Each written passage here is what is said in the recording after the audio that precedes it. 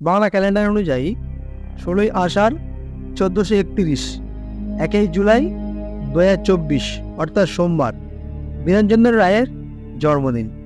বিধানচন্দ্র রায় 1882 সাল 1 July BM Das road, Patna, বিহারের প্রকাশচন্দ্র রায় এবং আগরই কামিনী দেবীর পুত্র হিসাবে জন্মগ্রহণ করেন। বিধান 1897 সালে পাটনা কলেজিয়েট স্কুল থেকে ম্যাট্রিক পরীক্ষা উত্তীর্ণ হন। বিধান কলকাতা প্রেসিডেন্টস কলেজে থেকে IA এবং গণিতে অনার্স সহ পাটনা কলেজ থেকে BA কমপ্লিট করে। তিনি বেঙ্গল ইঞ্জিনিয়ারিং কলেজ এবং কলকাতা মেডিকেল কলেজের ভর্তির জন্য আবেদন করেন। তিনি উভয় প্রতিষ্ঠানের গৃহীত হয়েছিল, কিন্তু মেডিকেল স্কুলে যেতে পছন্দ করেছিলেন। বিধান 1901 সালে জুন মাসে কলকাতার উদ্দেশ্যে রওনা হন।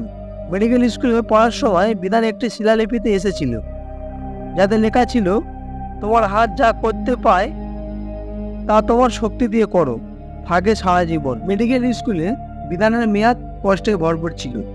তার বাবা ডেপুটি কালেক্টর হিসাবে প্রথম বছর অবসর নেন এবং বিধানকে আর টাকা পাঠাতে পারেনি। বিধান একটি বৃত্তি পেয়ে এবং মিত ব্যয়ে জীবনযাপন করেন। নোট ধার করে বই সঞ্চয় করে এবং লাইব্রেরিতে বইয়ের উপর নির্ভর করে নিজেকে রক্ষা করেছিলেন। বিধান কলেজে পড়ার সময় বঙ্গভঙ্গ ঘোষণা করা হয়। লালা রাজপথ রায়, প্রসেনজিৎ সেনগুপ্ত, তিলক এবং বিপিন চন্দ্র পালের মতো জাতীয়তাবাদী নেতারা বঙ্গভঙ্গের বিরোধিতা করেছিল।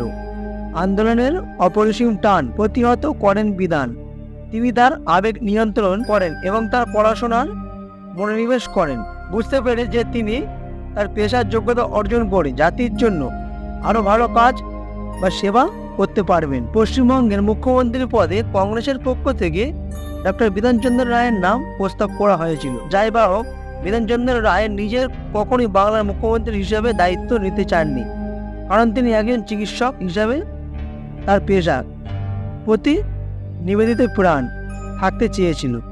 যে পদটি তিনি ভেবেছিলেন রাজনীতিতে এমন একটি গুরুত্বপূর্ণ পদ গ্রহণ করলে তা হুমকির মুখে পড়বে। এটি মহাত্মা গান্ধীজির প্রায়োরিত ছিল যে বিধানচন্দ্র রায় পশ্চিমবঙ্গের মুখ্যমন্ত্রী হতে সম্মত হন এবং 23শে জানুয়ারি 1948 এবং ওই পদে নির্বাচিত হন। পশ্চিমবঙ্গের দ্বিতীয় মুখ্যমন্ত্রী হিসাবে তার 14 বছর অন্তর সফল ছিল।